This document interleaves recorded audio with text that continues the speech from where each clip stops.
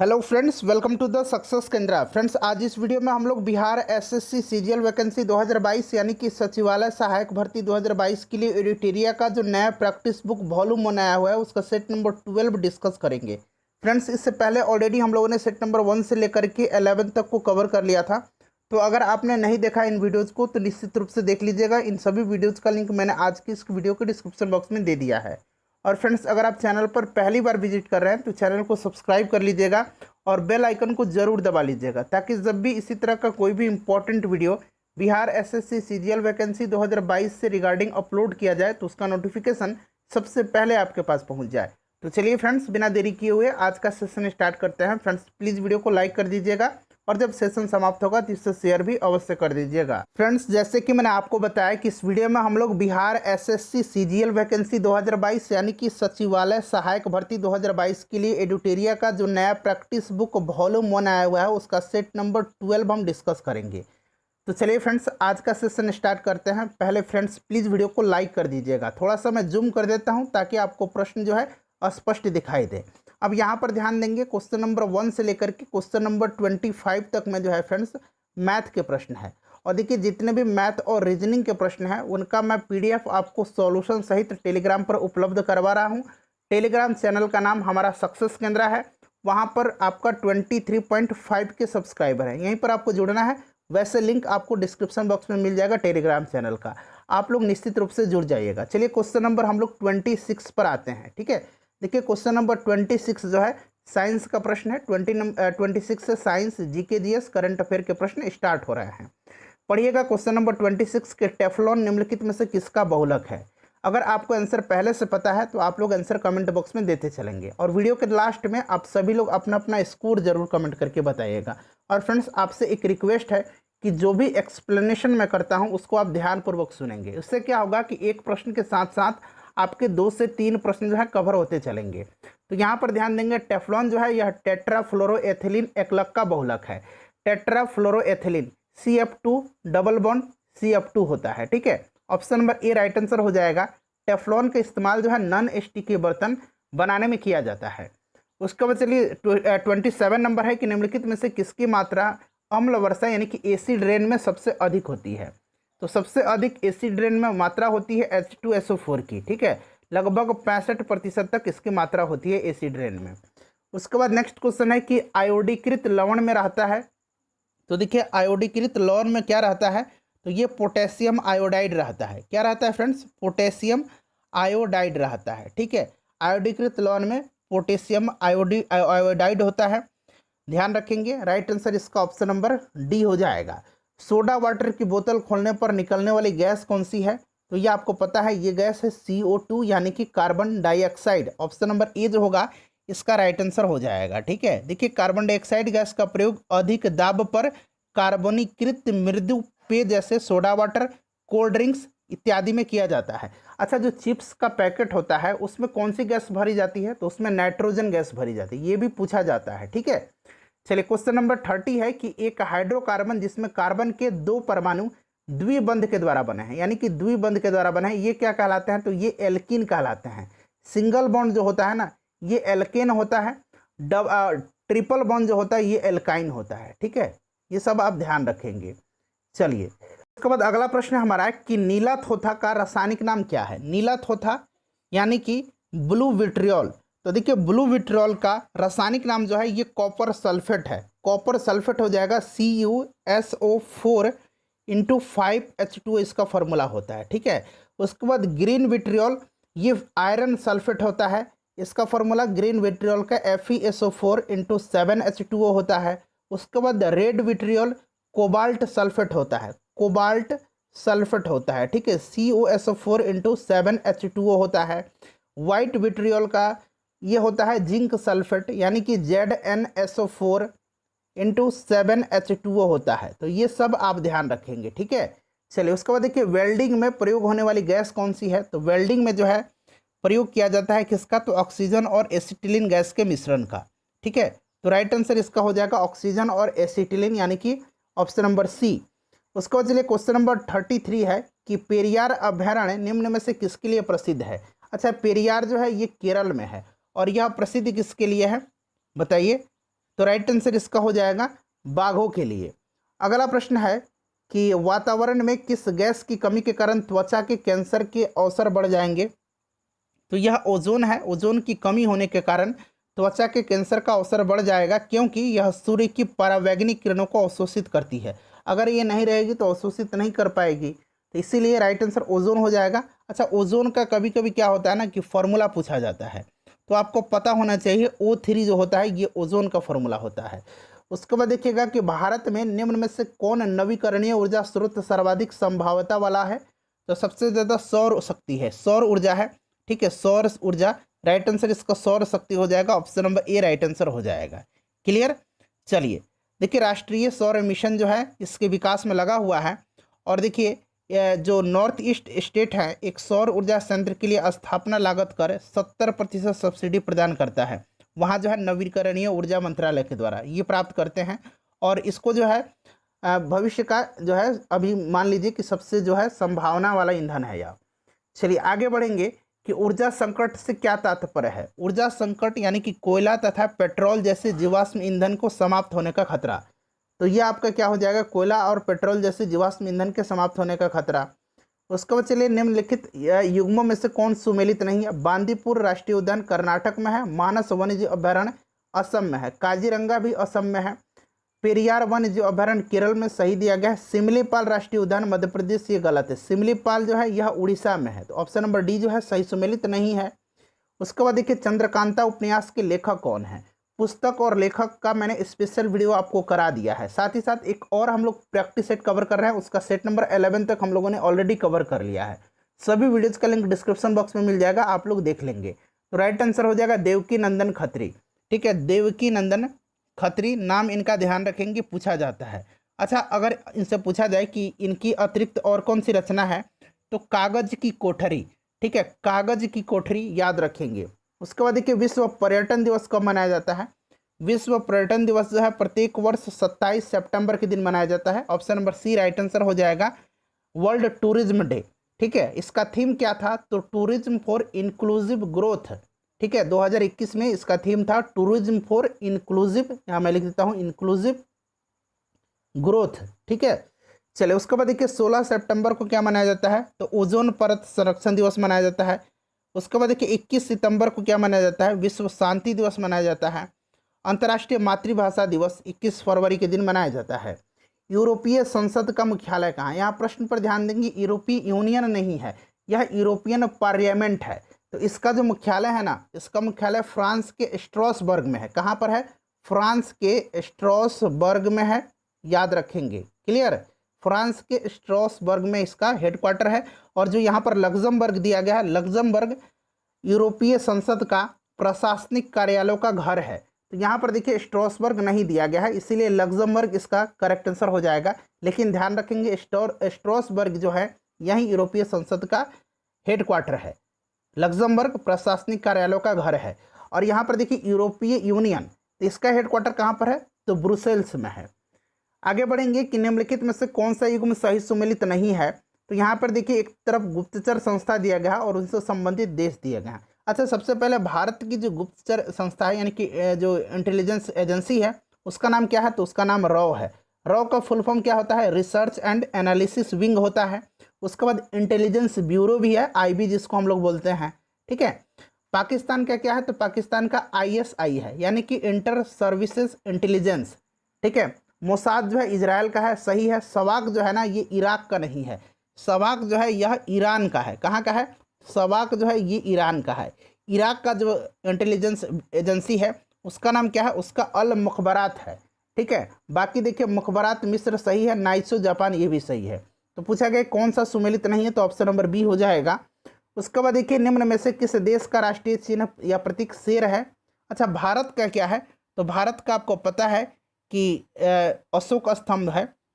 USA का क्या है, USA का जो है बाल्ड ईगल है, इसको बाल्ड ईगल कहा जाता है। ठीक है, बाल्ड ईगल देखिएगा एक चील उड़ता हुआ दिखाई देता है।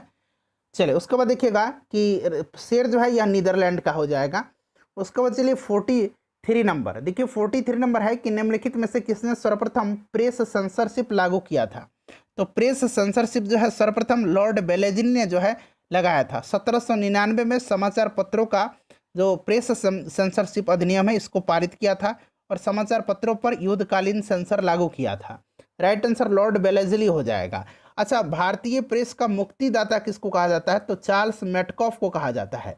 1878 में लॉर्ड लिटन ने जो है वर्नाक्यूलर प्रेस एक्ट लागू किया था, ये सभी ध्यान रखेंगे।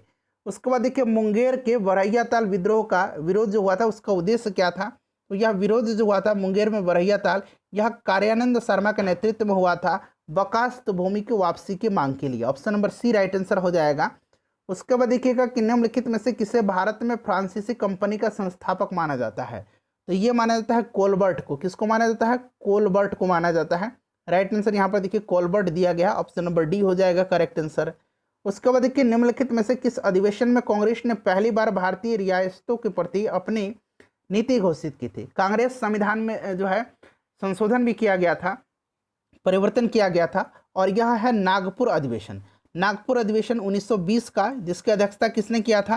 तो जिसकी अध्यक्षता जो है याद रखेंगे किसने किया था? तो CV राघवाचार्यर ने किया था।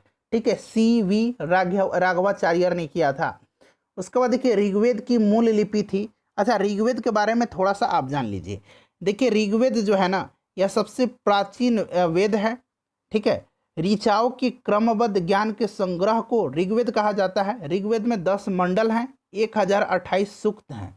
ठीक है, और 10,462 जो है ये ऋचाएँ हैं। इस वेद के ऋचाओं को पढ़ने वाले ऋषि को होत्री कहा जाता है। ठीक है, ये भी आप ध्यान रखेंगे। और इस वेद से आर्य के राजनीतिक प्रणाली एवं इतिहास के बारे में जानकारी मिलती है। विश्वामित्र द्वारा रचित ऋग्वेद के तीसरे मंडल में सूर्य देवता सावित्री को समर्पित प्रसिद्ध गायत्री मंत्र है। इसके 9वें मंडल में जो है सोम देवता का उल्लेख किया गया है। इसके 8वें मंडल की हस्तलिखित ऋचाओं को खिल कहा जाता है। ये सब ध्यान रखेंगे। ठीक है फ्रेंड्स, चलिए, तो ये ब्राह्मणी लिपि हो जाएगा। उसके बाद देखिए भगवान बुद्ध ने सर्वाधिक उपदेश कहाँ पर दिए थे? तो भगवान बुद्ध ने सर्वाधिक उपदेश जो है ये दिए थे कहाँ पर? तो श्रावस्ती में। पहला उपदेश इन्होंने सारनाथ में दिया था, यानी कि ऋषिपत्नम में दिया था, और सर्वाधिक जो है ये श्रावस्ती में दिया था इन्होंने। चलिए, कोसल राज्य की राजधानी थी श्रावस्ती। उसके बाद देखिएगा नेक्स्ट क्वेश्चन है, और सर्वाधिक उपदेश इन्होंने पाली भाषा में दिया है। अशोक ने किस अभिलेख में दक्षिण भारतीय राज्यों का उल्लेख किया है? तो अशोक का जो दूसरा बृहत शिलालेख है उसमें चोल, पांड, केरल पुत्र आदि दक्षिण भारतीय राज्यों का उल्लेख किया गया है। द्वितीय मुख्य शिलालेख हो जाएगा। खजुराहो के मंदिर किस धर्म से संबंधित है? खजुराहो के मंदिर जो है ये मध्य प्रदेश में है, और ये बनाए गए थे चंदेल शासकों के समय में। ठीक है, चंदेल शासकों के द्वारा।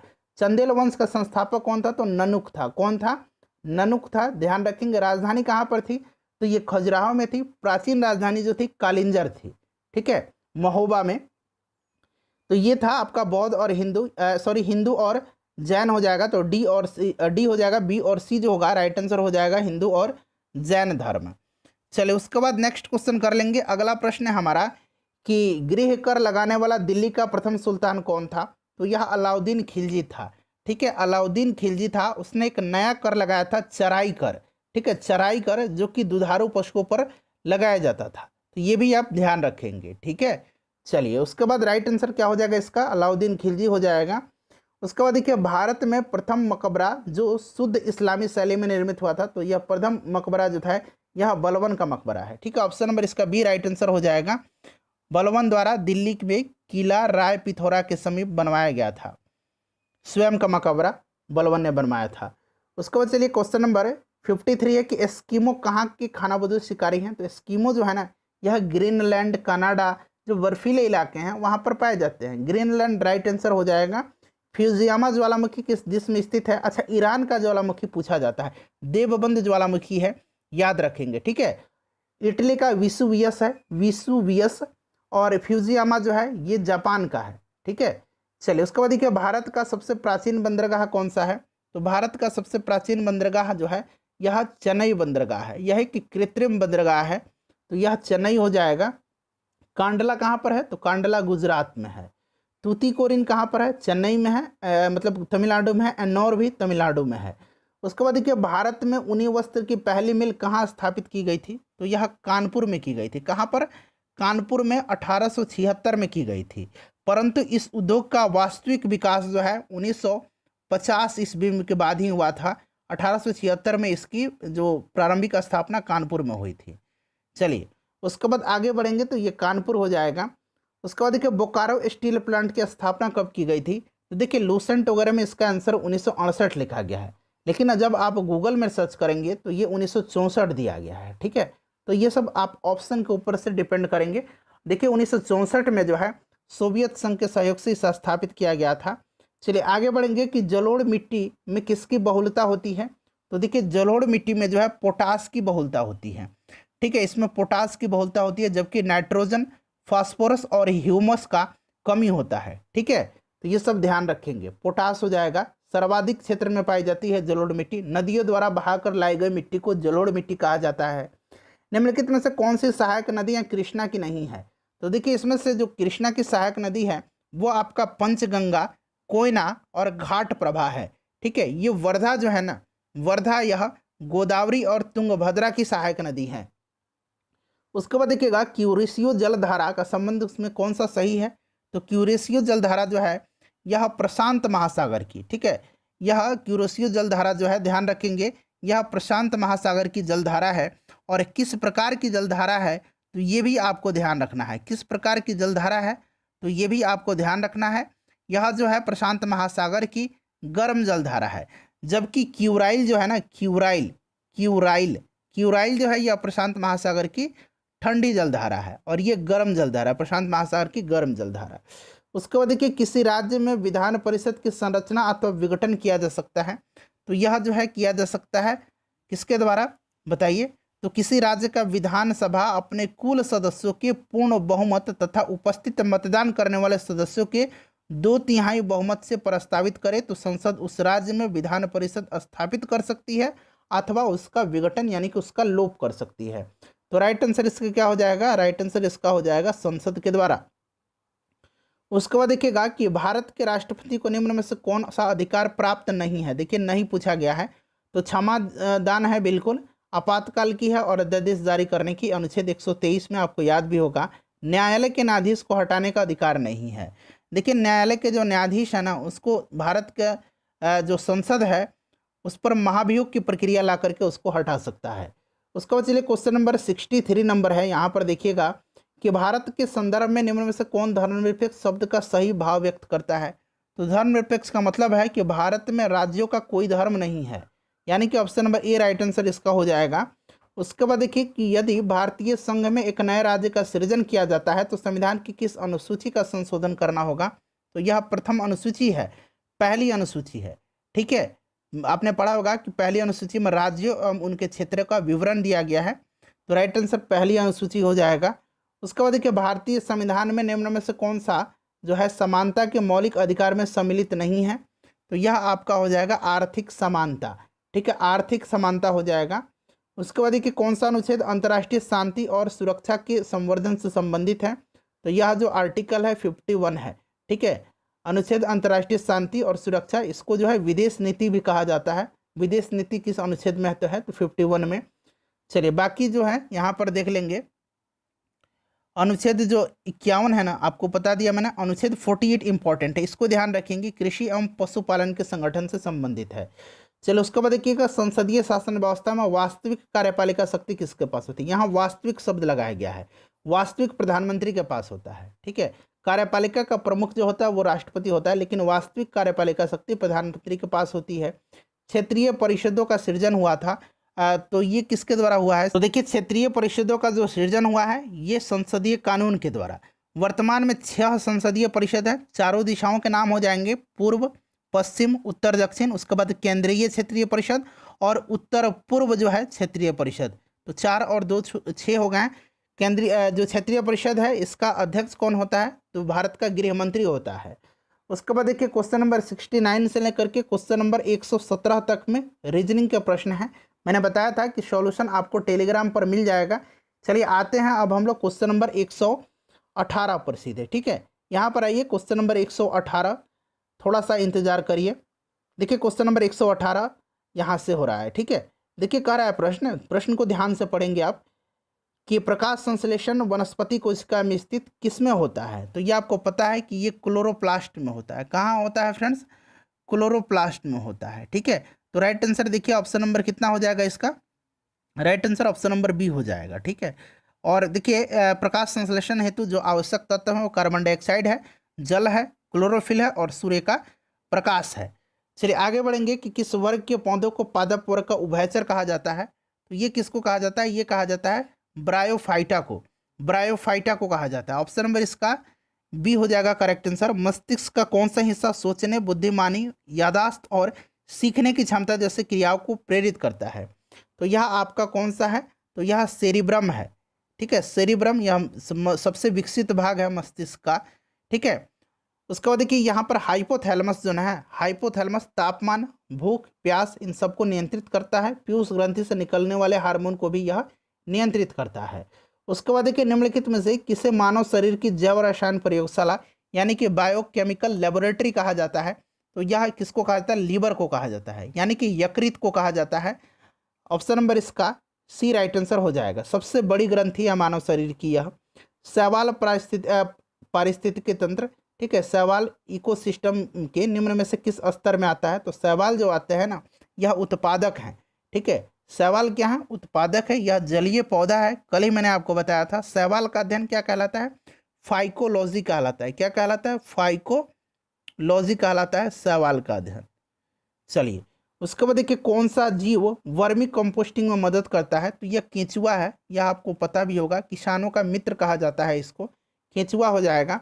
उसके बाद देखिए वसा के पाचन करने वाला एंजाइम लाइपेज निम्न में से किसके द्वारा स्रावित होता है? कल ही मैंने बताया था कि लाइपेज का जो श्रवण होता है ना, वो कहाँ से होता है बताइए? तो लाइपेज का श्रवण जो होता है वो अग्नाशय से होता है। ठीक है, अग्नाशय हो जाएगा राइट आंसर इसका ऑप्शन नंबर सी। क्लियर? चलिए एमाइलेज, लाइपेज और ट्रिप्सिन एंजाइम का श्रवण होता है जो कि कार्बोहाइड्रेट, वसा और प्रोटीन के क्रमशः पाचन में सहायक होते हैं। उसके बाद चलिए अगला प्रश्न है कि निम्नलिखित में से कौन सा रोग संक्रामक रोग के अंतर्गत आता है? तो इसमें से जो संक्रामक रोग है वो टीबी रोग है, यानी कि क्षय रोग इसको कहा जाता है। रिकेट्स जो है यह किस विटामिन की कमी से होता है? जरा आप कमेंट करके बताएंगे। ठीक है, चलिए उसके बाद चलिए क्वेश्चन नंबर 126 नंबर है कि टर्नर सिंड्रोम में गुणसूत्र की संख्या होती है? तो टर्नर सिंड्रोम में गुणसूत्र की संख्या 45 होती है। ठीक है, 45 होती है। राइट आंसर इसमें 45 हो जाएगा। पीयूष ग्रंथि यानी कि पिट्यूटरी ग्लैंड से स्रावित होने वाला हार्मोन कौन सा है? तो ये सभी हार्मोन हैं। ठीक है, ये सभी हार्मोन जो हैं ये पिट्यूटरी ग्लैंड से स्रावित होते हैं, ध्यान रखेंगे। मास्टर ग्रंथि के नाम से भी जाना जाता है। ऑप्शन नंबर इसका डी राइट आंसर हो जाएगा। उसके बाद देखिए निम्नलिखित में से सुमेलित करना है आपको। जॉन गुटेनबर्ग जो है इन्होंने प्रिंटिंग प्रेस का खोज किया था। थियोडर मेमन जो है ये लेज़र हो जाएगा। सोल्स जो है, सोल्स टाइपराइटर हो जाएगा। और जेम्स पकल जो है ये मशीन गन हो जाएगा। ठीक है, तो राइट आंसर इसका 2 4 1 3 हो जाएगा। 2 1 मिनट 2 1 4 और 3, 2 1 4 3, 2 1 4 3, यानी कि ऑप्शन नंबर सी हो जाएगा। उसके बाद देखिएगा कि जब हम बर्फ़ को पानी में डालते हैं तो उसका आयतन का कितना भाग पानी के नीचे रहता है? तो 9/10 भाग जो है नीचे रहता है और 1/10 भाग जो है पानी के ऊपर रहता है। ठीक है, तो ये 9/10 हो जाएगा। उसके बाद चलिए नीचे पूछा गया है, ऊपर पूछता तो 1/10 भाग होता। न्यूटन के गुरुत्वाकर्षण के नियम के अनुसार दो वस्तुओं के बीच का बल खाली स्थान होता है। तो दो वस्तुओं के बीच का बल, ठीक है, तो उनकी द्रव्यमान के गुणनफल जो होता है उसके अनुक्रमानुपाती यानी कि समानुपाती होता है। और उनके बीच की दूरी के वर्ग के व्युत्क्रमानुपाती होता है। ठीक है, गुरुत्वाकर्षण बल का आपको पता होगा कि G इक्वल टू क्या होता है? m1 × m2/r² होता है। उनके बीच की दूरी के वर्ग के व्युत्क्रमानुपाती। G क्या है? तो ग्रेविटेशनल कांस्टेंट है। और सार्वत्रिक गुरुत्वाकर्षण नियतांक किसको कहा जाता है? इसका मान कितना होता है? तो 6.67 × 10⁻⁻11 न्यूटन मीटर स्क्वायर पर kg² होता है।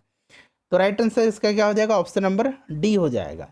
चलो उसके बाद देखिएगा कि पृथ्वी सूर्य के चारों ओर घूमती है, इस सिद्धांत को पेश करने वाला प्रथम व्यक्ति कौन थे? तो यह कॉपरनिकस थे। ठीक है, कॉपरनिकस थे, ध्यान रखेंगे। इसको जो है सूर्य केंद्रीय सिद्धांत भी कहा जाता है। ऑप्शन नंबर सी हो जाएगा। जल के हिमीकरण होने पर इसका ताप जो है क्या होता है? तो इसका ताप जो होता है अपरिवर्तित रहता है। ठीक है, अपरिवर्तित रहता है। राइट आंसर अपरिवर्तित हो जाएगा। उसके बाद देखिएगा कि दो प्रतिरोध R1 और R2 हैं, प्रतिरोध R1 और R2 का अनुपात जो है 4:1 है और यह समानांतर में जुड़े हुए हैं। तो इसमें पूछा गया है कि प्रवाहित विद्युत का अनुपात क्या होगा। तो देखिए यहाँ पर क्या होगा, आपको पता है कि V इक्वल टू क्या होता है, IR होता है। अब यहाँ पर देखिए 2 गो R दिया गया, R1 और R2, यानी कि I1 R1 equal to I2 R2। अब यहाँ पर R1 और R2 का वैल्यू पुट कर दीजिए और I का अनुपात निकाल लीजिएगा। तो ये जब निकाल लेंगे ना तो 1:4 इसका आ जाएगा। यहाँ पर सोल्व कर लीजिएगा, 1:4 इसका राइट आंसर आ जाएगा। चलो उसके बाद अगला प्रश्न है कि विद्युत परिपथ में सेफ्टी फ्यूज तार का प्रयोग किया जाता है। तो ये किया जाता है गलन बिंदु पर। ठीक है, राइट आंसर इसका क्या हो जाएगा, गलन बिंदु पर। Option number C right answer हो जाएगा। नेक्स्ट क्वेश्चन करेंगे, और ये फ्यूज तार जो होता है सामान्यतः टीन और सीसा का मिश्र धातु का बना होता है, उच्च प्रतिरोध होता है और निम्न गलनांक का होता है। किसी गतिशील पिंड का वेग आधा कर दिया जाए तो उसकी गतिज ऊर्जा क्या हो जाएगी। देखिए मैंने आपको तरीका बताया था, काइनेटिक एनर्जी ½ mv² होता है।